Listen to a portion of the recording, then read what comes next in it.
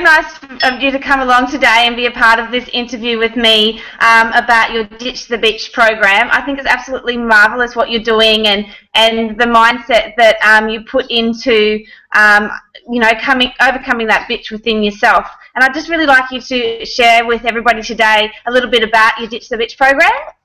Sure, no worries. Well, thanks for having me. So Ditch the Bitch kind of came about because, well, before I started as a professional in the fitness industry, I was my own client. I was 100 pounds overweight at my heaviest, and I had what I now call bitches, which are the kind of negative voices in your head that are critical or naysaying you or maybe talking you in or out of the things that you want to do. So in my case, it was I was trying to lose weight, and they were, are you hearing some feedback? Something's going wrong. I don't know why that's happening. Oh, you know what? I've had this happen before, where you probably have another window open that's actually playing our call somewhere. How's that? Yeah, I think we're good. Hang on. Do you still hear it? Okay, good. I've had that happen to me before, where I was playing the video unbeknownst to me, and I heard my own voice.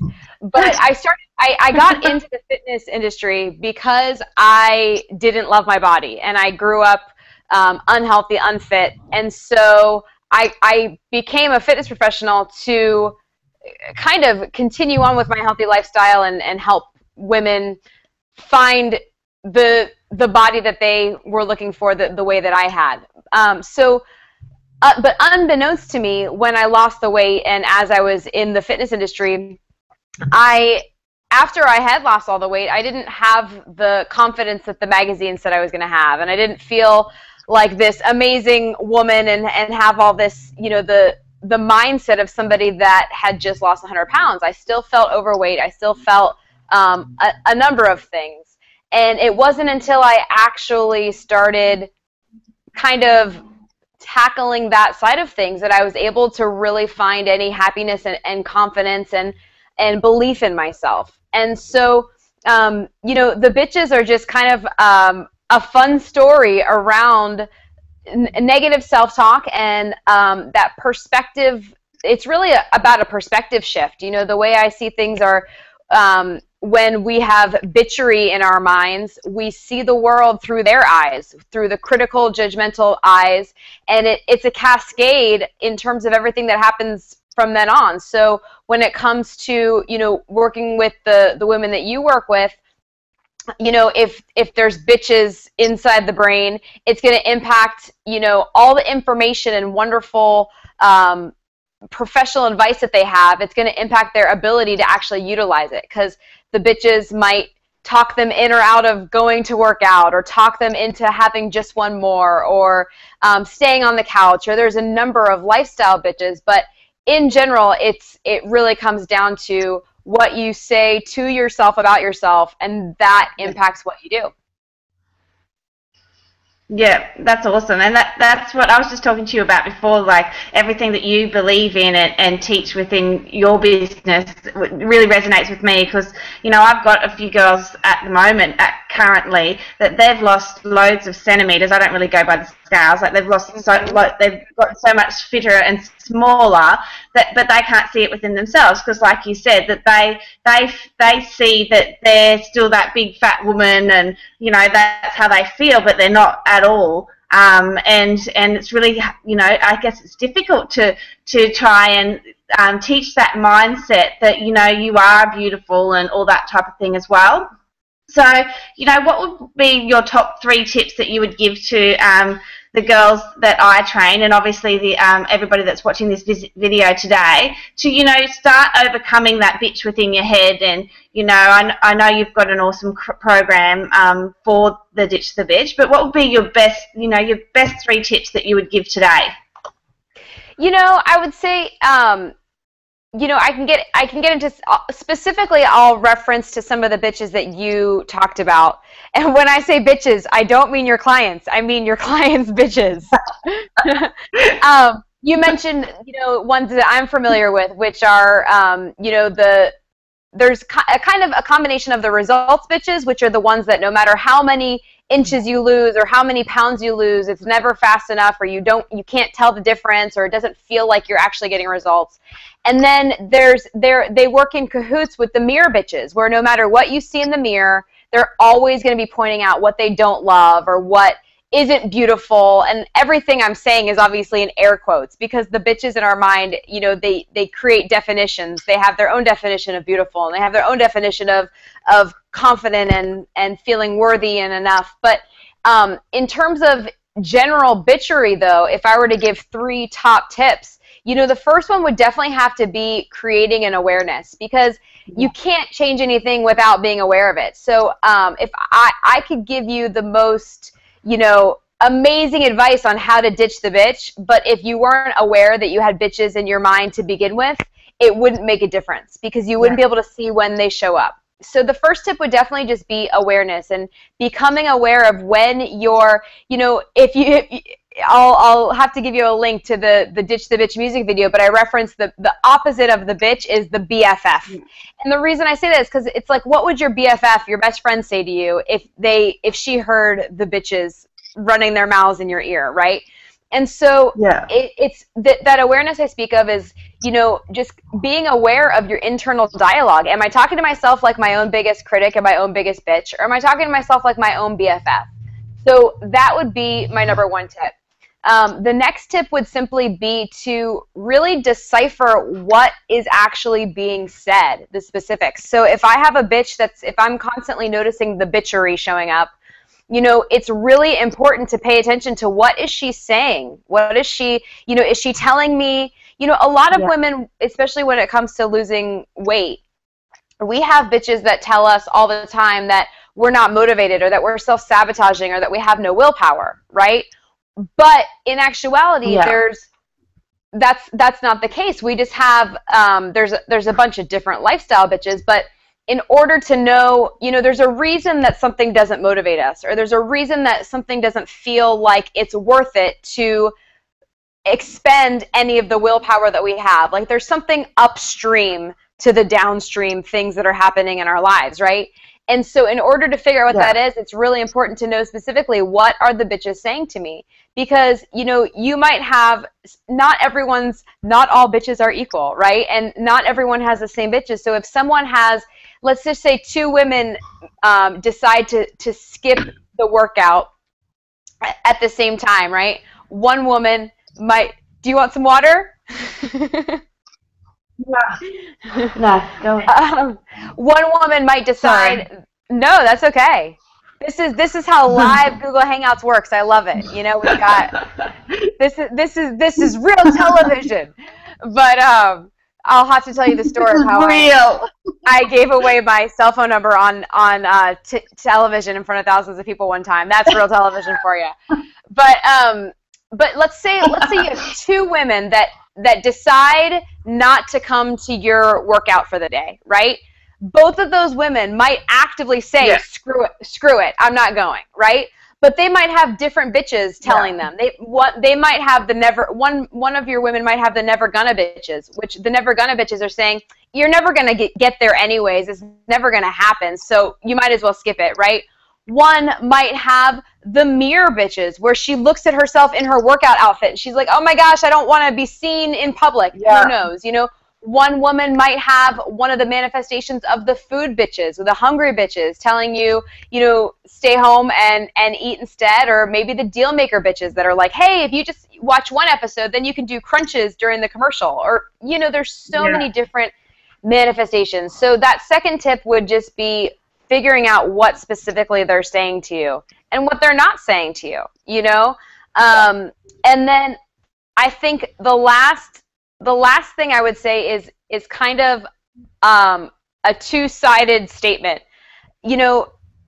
Actually, I'll phrase that. What I'm about to say, I also feel the opposite of it, I should say. So I think every person I've worked with, and when I'm being coached, or when I'm trying to self-coach myself, which is not an easy task to self-coach yourself, right? We all think we can decipher our own conversations I'm a big believer in getting that, external, question coming in. But when it comes to myself and my clients, the pattern that I notice hands down every time, that we all need a combination of the following two things, okay? One is we need to be a bit kinder to ourselves and have a little bit more compassion and give ourselves a bit more credit, And when I say kinder, I don't mean like kind for the sake of being kind. I mean like if we're going to judge ourselves fairly, at least be fair about it. Yeah. And the flip side of that is I believe all of us need to kind of tighten in the reins a little bit and take ownership and responsibility of what we are and aren't doing and who we are or aren't being. And so, on the being kinder and compassion side, it's a matter of talking, like the stories we tell ourselves about ourselves and our beliefs and the way we talk to ourselves. And when I talk about like the, tightening the rein side of it, it really is just a matter of our habits and our patterns and just getting ourselves to do the stuff that we know we need to do. Yeah, I love that. That's awesome. Thanks. So that would be my top 3 things.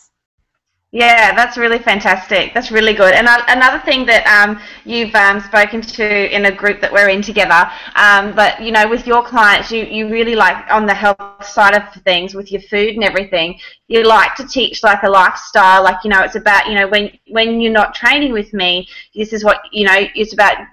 Fitting it into your life, I guess, So, like I really resonate with that because, you hear so many stories of, I do when clients come to me, I had to do this with this trainer, go without this and that and this and that and really tighten up things, and they don't really know the reasoning behind some of the stuff. I mean, there is certain foods and things like that that can make you feel a certain way, but they're not told or made aware of how that happens. So what would be, let's say, 2 top tips for you now to say for your health side of things? So that's all your mindset and getting to the classes, and that's awesome. So with your food, like with my clients, I always say to them, they send me pictures. Like my one-on-one clients, they send me pictures of a food diary instead of having to write it down. And and then I asked them, how did you feel when you had that, and why did you have that, and sort of put reasoning behind the types of foods that they have. So what would be your top tips with nutrition? 2 top tips. Nutrition, it's such a big area because this is probably where the majority of my bitches showed up growing up, and then where I have the majority of my clients' bitches were actually around food. So I want to just share quickly about the ludicrous bitch, okay? So the ludicrous bitch is what, we do it with food, but it's so much more obvious when I talk about an example that has nothing to do with food. And so the example that I share in my book is, would you rearrange your entire house, move all the furniture, call your job and say, I can't come in for a week, and completely rearrange your life if you decided to get a goldfish? And it sounds ridiculous, right? Like nobody would actually do that. But when it comes to making a food plan fit into our lives, that's what we do. We squeeze it in to this little crevice of a place in our life that we think it fits, and we completely uphaul the rest of our life. And we wonder why a week later we are not only not following it and not compliant anymore, but we're blaming ourselves. We're thinking we're weak-willed, or that we have no motivation or willpower, or that we're self-sabotaging. But really, we set ourselves up for a losing game. So in terms of tips, I would say, and this comes back to the results bitches.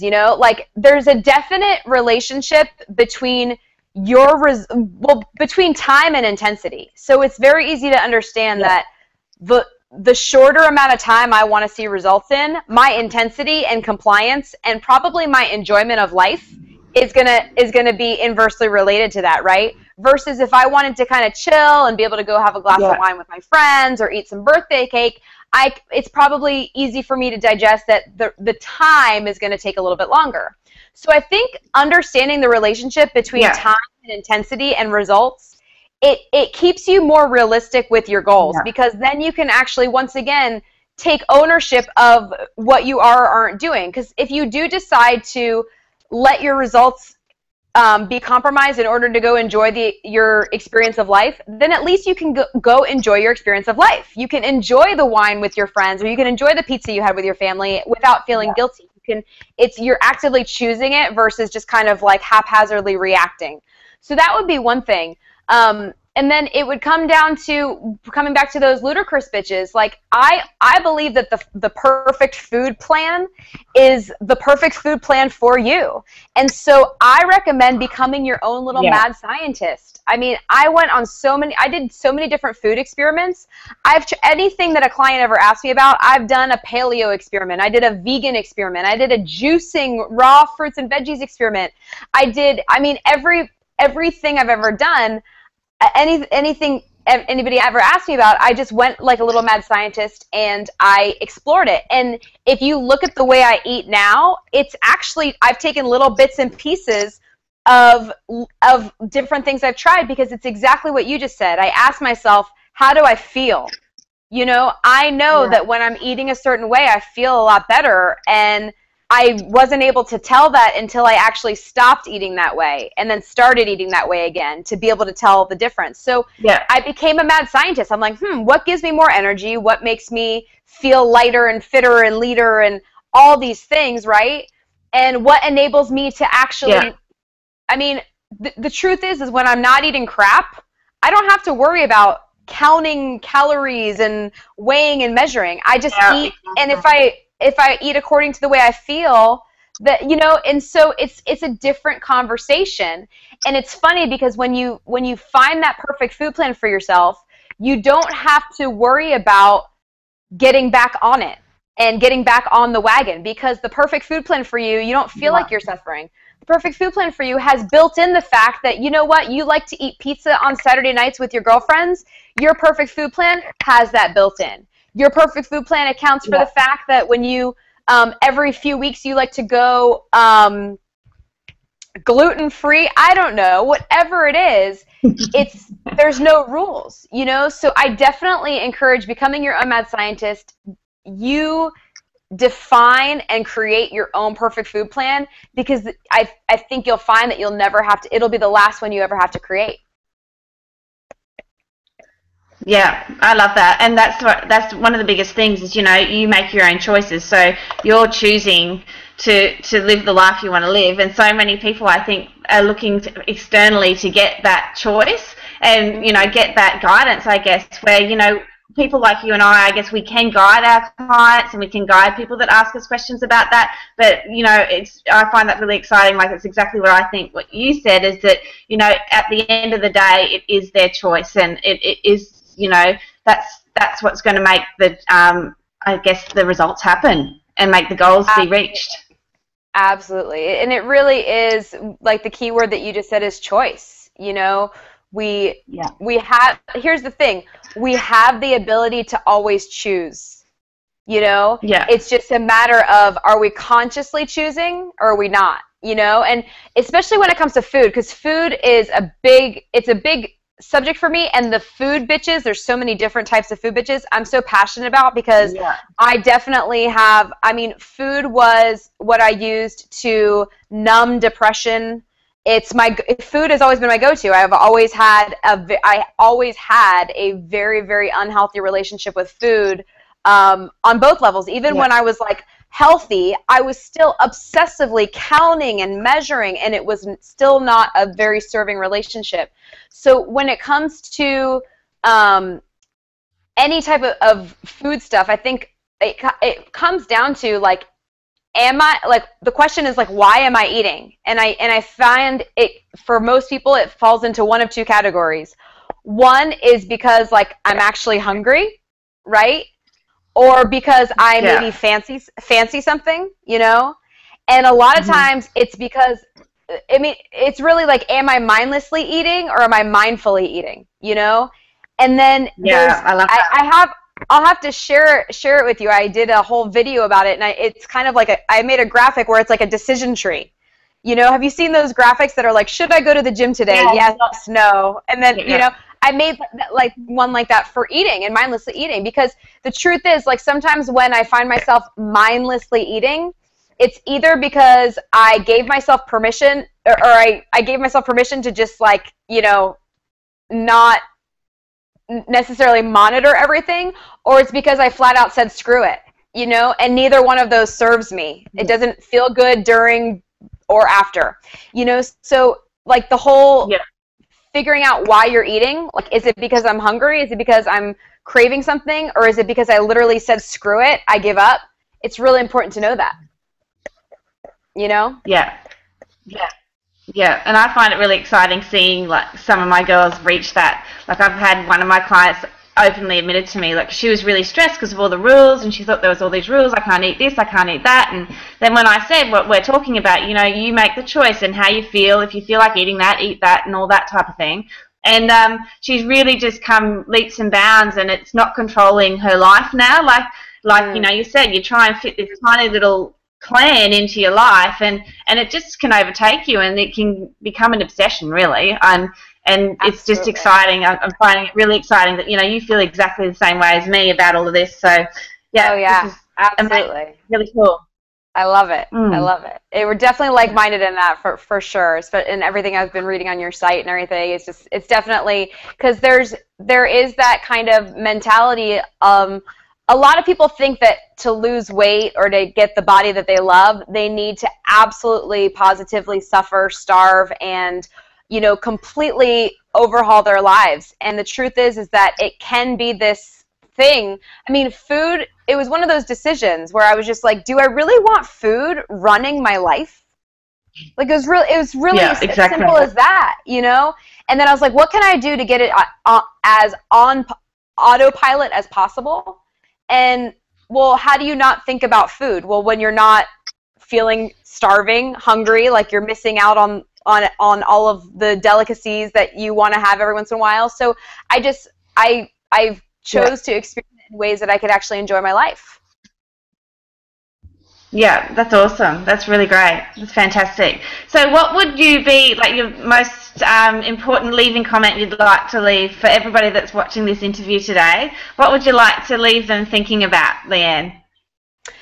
You know, I think it's, you know, I obviously talked about the awareness of the bitches, but I think it would kind of be the flip side of that, which is, you know, everybody has seen their best version of themselves show up at some point in time in their life. Everyone knows what that, they've all had that, whether it's that one thing that you've set your eye on and nothing stopped you and you accomplished it, whether it was like a goal related thing or whether it was just like your most confident, sexy, self-assured self. We've all seen that person at one point in time in our lives. And I just encourage people to think about, like I said, what would your best friend say? What would your BFF do?